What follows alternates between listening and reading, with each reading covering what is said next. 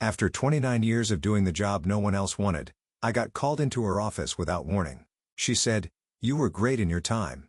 But this generation needs fresher perspectives." The next day, she gave my desk to a 25-year-old who plans Pizza Spirit Fridays.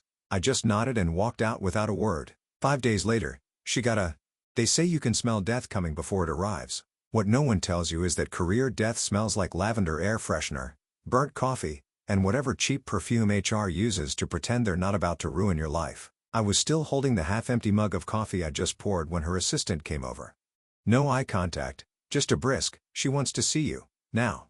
I'm James Keller, 57 years old, Senior Project Director at Cartwright & Locke, a mid-sized marketing firm that's been slowly morphing into a social media startup in a suit. I've been with the company for 29 years, almost 3 decades. I started when we were still faxing campaign proofs and cutting ad reels on VHS. I survived 5 CEOs, 2 recessions, and 1 office fire that started because the CFO microwaved a foil-wrapped burrito. I've given everything to this place.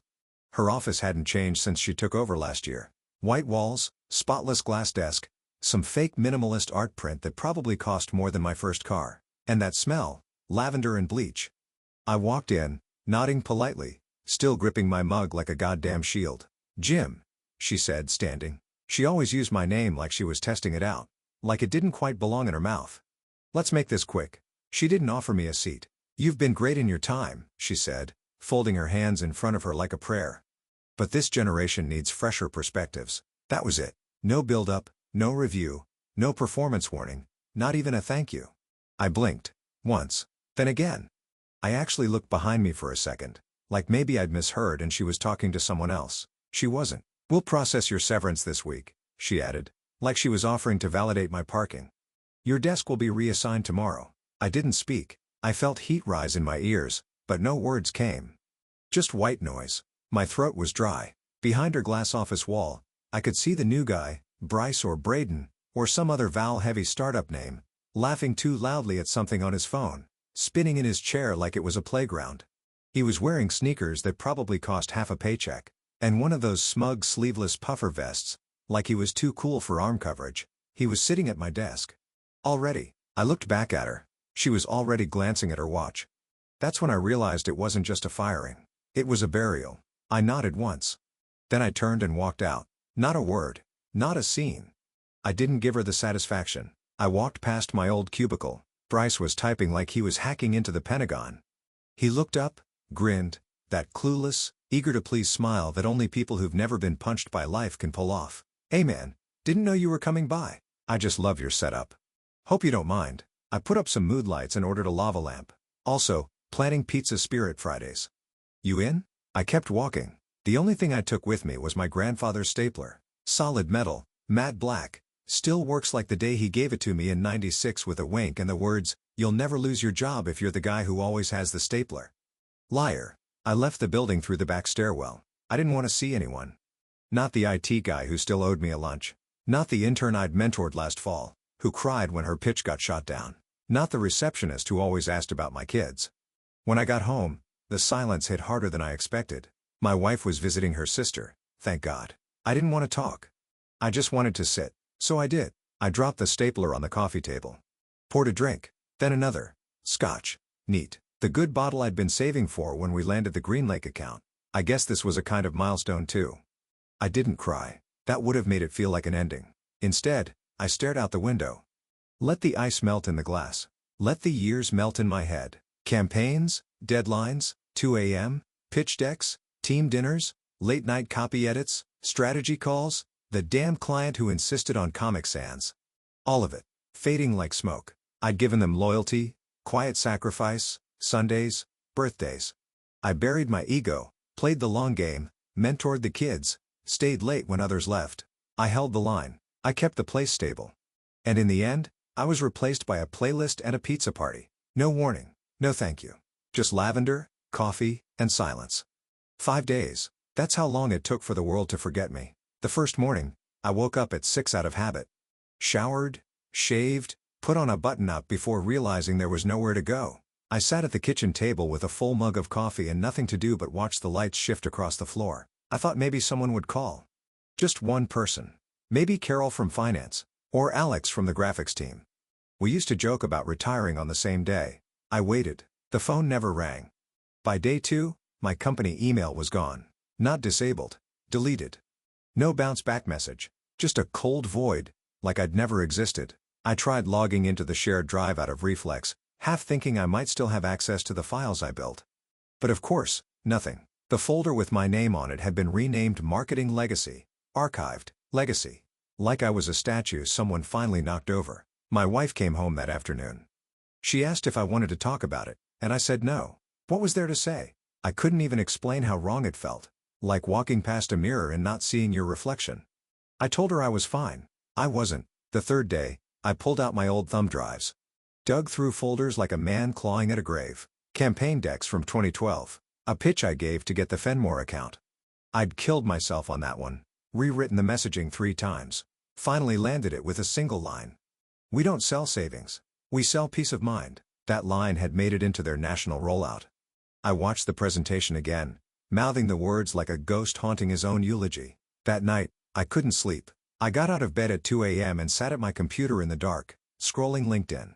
There he was, Braden R. No last name on the display, of course. Just the curated identity of a modern workplace darling.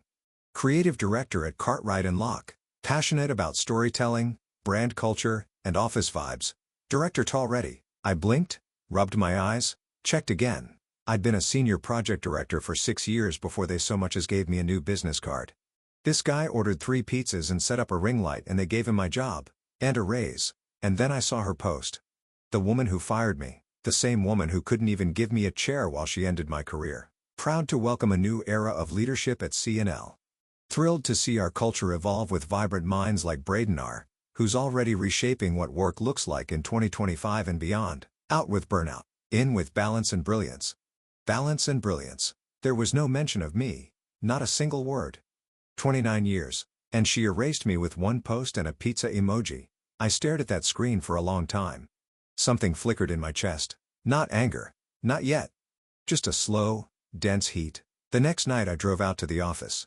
I told myself it was just to get closure. But I parked across the street in the tiny cafe where I used to grab bad espresso during deadline weeks and stared up through the windows. The lights were still on. They were in there. A cluster of them. Laughing around the big meeting table I'd practically lived at during launch season. I watched Braden do some kind of dance move while everyone clapped. The TV screens behind them flashed slides I'd made. Same color palette. Same layout. My fingerprints were still on everything. And yet, I was nowhere. I watched for an hour. I don't know why. Something in me wanted them to look up and notice. Just glance at the window. Just see me. They didn't. I was a ghost. By day 5, I stopped waiting for anyone to remember. I started writing things down. Notes, names, timelines. I listed projects I'd built.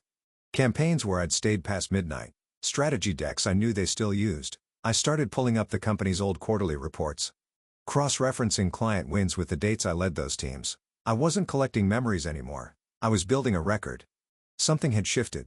If they wanted to erase me, fine. But they were going to learn that ghosts don't fade quietly. I knew their system. I knew the rot they hid under all that modern gloss. HR complaints that never made it upstairs. Client budgets reallocated. Without explanation. I'd been loyal. I'd kept quiet. That was my mistake. They'd taken everything from me. But they forgot one thing. I was still watching. Revenge, I've learned, isn't a sprint. It's a quiet walk through familiar halls, while no one bothers to look up. By day 6, I stopped mourning. Grief had done its damage. Now there was only calculation. My mind shifted gears, like it had done 1,000 times before under tighter deadlines and higher stakes. Except this time, the pitch wasn't for a client. It was for me. I started with what I knew. The company's back end was still a tangled mess of old servers and patched-over processes.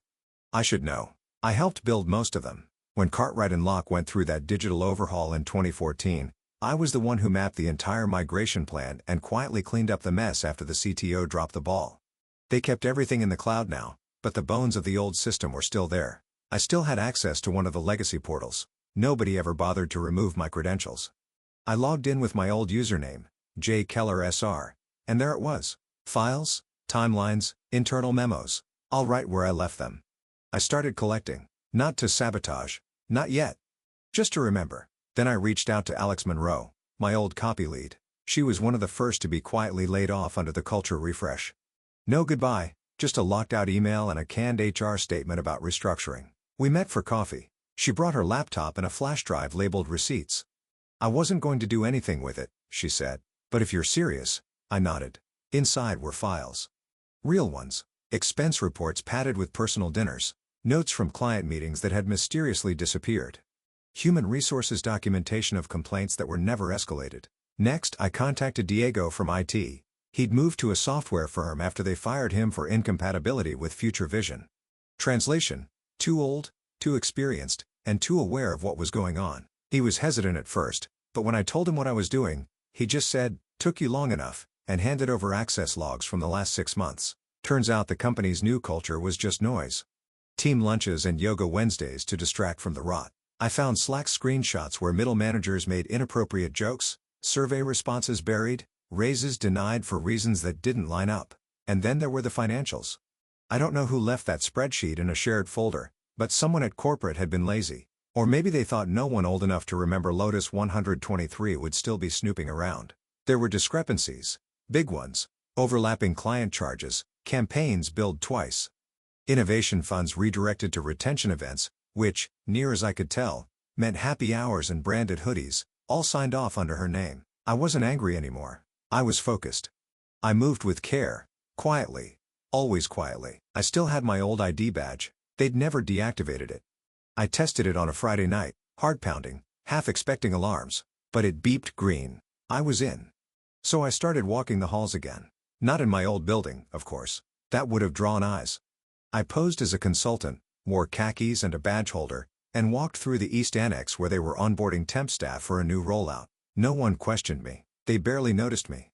Funny, isn't it? I spent 29 years being indispensable, but invisible. Now I was just invisible. That was their weakness. They never really saw me. I started documenting everything, building a record. I wasn't trying to burn the place down. Not yet, but I wanted options, leverage. If I was going to strike, it had to be clean, undeniable, surgical. By day 20, I had a binder full of digital files, names, dates, timestamps. I had a list of clients who were overcharged, vendors who'd been stiffed, and staff who'd been mistreated and dismissed. I cross-referenced them, built a timeline, a story. I wrote it like I'd write a pitch, hook, build, climax, a presentation of rot beneath the modern shine. I even gave it a name, Operation Echo. Because if they thought I was gone, they were about to hear my voice ring back through every corner they tried to erase me from. I wasn't going to go loud. Not yet. I was patient, calculated. Because the thing about ghosts is, once you realize you're invisible, you can go anywhere, be anywhere. And once you stop needing to be seen, that's when you become truly dangerous. It started with a single email. I sent it at 2:04 a.m., from a clean account routed through 3 proxy servers and scrubbed of metadata.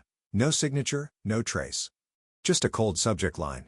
URGENT. Internal financial and HR irregularities at Cartwright and Locke. Attached were 4 PDFs, each one precisely formatted, footnoted, indexed. A timeline. Cross-referenced exhibits. Whistleblower statements. Screenshots. Expense reports. Audit flags. The kind of document you only build if you've lived it. I sent it to the board of directors. Then, 2 hours later, to the general counsel. By sunrise, a slightly redacted version hit the inbox of a trusted business reporter I'd worked with once a decade ago. She still owed me a favor.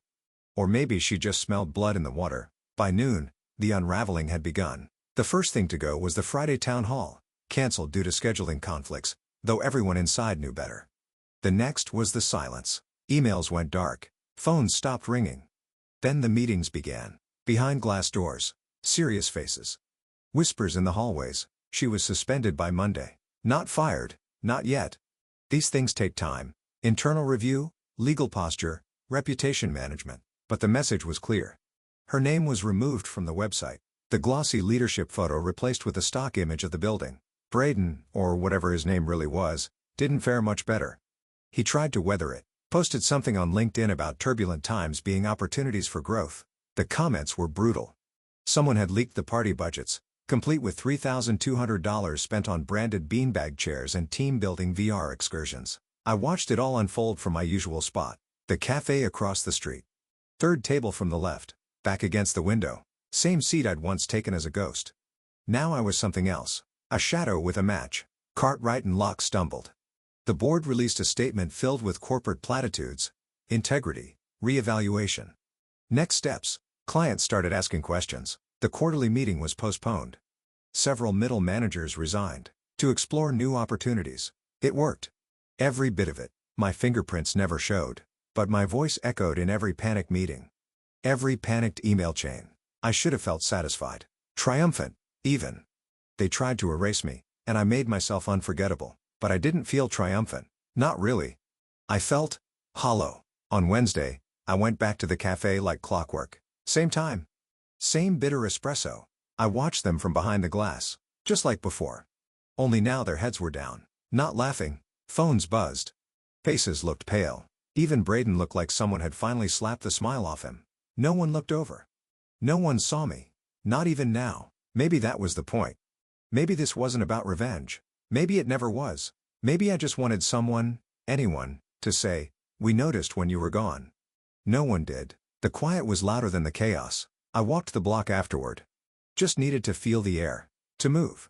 I passed the spot where we used to stand after late nights. Me and Carol, Diego, sometimes Alex, back when we stayed until midnight to get the job done. Ordered Thai food to the lobby. Argued over taglines and layouts and fonts. None of that exists now. I stopped in front of the revolving doors. I could have walked in. I still had the badge. Still had the look. But I didn't. There was nothing left in there for me. Just memories turned into someone else's open workspace. I sat down on a nearby bench and watched the sun drop behind the building. For the first time in weeks, I let myself admit something out loud. Not to anyone. Just to myself. I didn't want them to fall apart. I just wanted to be seen. There was no reply. Just the hum of traffic and the ticking in my chest. I'd spent weeks planning a takedown. A perfect one. But now that it was done, I didn't feel powerful. I felt displaced. Like I'd cut a hole in the wall, only to find there was nothing behind it. At home that night, I pulled out the original whistleblower packet, the one I'd kept for myself. I flipped through the pages, reading my own words, my own proof. It was solid, precise, devastating. But it didn't bring me peace. In the final pages, I'd written a summary, a final note to whoever would read it. This isn't about anger. It's about accountability. It's about making sure people matter. I wasn't sure I believed that anymore. Because in the end, all I really wanted was something no spreadsheet or report could deliver. I wanted to matter, and I wasn't sure I ever had. I didn't wear a suit, just jeans, a worn gray jacket, and the same pair of boots I used to keep under my desk for rainy days and long nights. They still creaked the same way when I walked. Still reminded me who I used to be. I went in on a Sunday. The building was quiet, half-lit, buzzing faintly like it always did when no one was around to notice it humming. No receptionist. No badge scans. Just a quiet nod from the security guard I'd known for 20 years. He didn't say anything. Just tipped his head and looked away. The elevator was slower than I remembered. Or maybe I was slower. Either way, I watched the numbers tick up with a calm I hadn't felt in weeks. I wasn't here for revenge. That part was done. This wasn't a victory lap. It was something simpler. Something older. Closure. When the doors opened, I stepped out onto the 7th floor. Marketing and client operations. It looked the same, mostly. A little cleaner. A little emptier. They'd taken down the corkboard with all the team photos, replaced it with some glass whiteboard covered in dry erase hashtags. Number sign, sync up. Number sign, win the week. Number sign, culture club. My desk was still there. Technically it was Braden's now. Or maybe someone else's. After everything that happened, the place had been in rotation, but I knew the wood grain. I knew the chip in the corner from when I dropped a monitor on it back in 2011. No lava lamp today. No neon sign. Just a clean desk. Perfect. I reached into my coat pocket and pulled it out. My grandfather's stapler. Matte black. Solid steel. The thing probably weighed more than Braden's laptop. I'd carried it with me through every job, every pitch, every late night. Where a final packet had to be stapled just right, it had never jammed. Not once. I set it gently in the middle of the desk. Then I took out the folded piece of paper I'd written that morning, smoothed it out, and laid it next to the stapler. 29 years. Not a day wasted. Even if you tried to erase it, I didn't sign it. Didn't need to. Anyone who knew, really knew, would recognize the weight of it. And anyone who didn't, well, it wasn't for them. I stood there for a minute longer. Let the silence settle around me. Let the ghosts breathe. And then I walked out. No speech. No fanfare. Just the soft click of my boots on the linoleum. I didn't look back. By the end of the week, I had a small desk in a co-working space on the other side of town. Nothing fancy. One window, a good chair, and a corkboard of my own. I didn't build a website or announce anything on social media. I just started taking calls. A few old clients reached out. Nothing huge. Just small brand refreshes. Some campaign strategy. And then the emails started. Not from companies. From people. They pushed me out last month. I don't know where to start. Do you think I'm too old to be hired again? How do you keep from disappearing? I started replying. At first, just quick answers. Advice. A little encouragement. But soon, it turned into more. One-on-one calls. Portfolio reviews. Quiet mentorship for people who, like me, had given everything to jobs that forgot them the moment they left. We didn't form a movement. We didn't need to. We just helped each other stand back up. The story about Cartwright and Locke faded from the news after a month. A few resignations. A quiet restructuring. Some PR fluff about new commitments to ethical leadership. Same game. New players. I didn't care. I never wanted to burn the place down. I just wanted the truth to land where it belonged. Let them rebuild. Let them spin it. However they like. I was building something too. It wasn't big. Wasn't loud. But it was mine. The funny thing is, I don't think I ever wanted revenge. Not really. I just didn't want to be forgotten. I wanted to know that all those years mattered. That I mattered. And now, when I sit across from someone who's been told they're obsolete, when I see that flicker of hope come back into their eyes, I know. This matters. For the first time in a long while, I'm not waiting to be seen. I'm not trying to prove I belong. I'm just doing the work on my terms. And that's enough.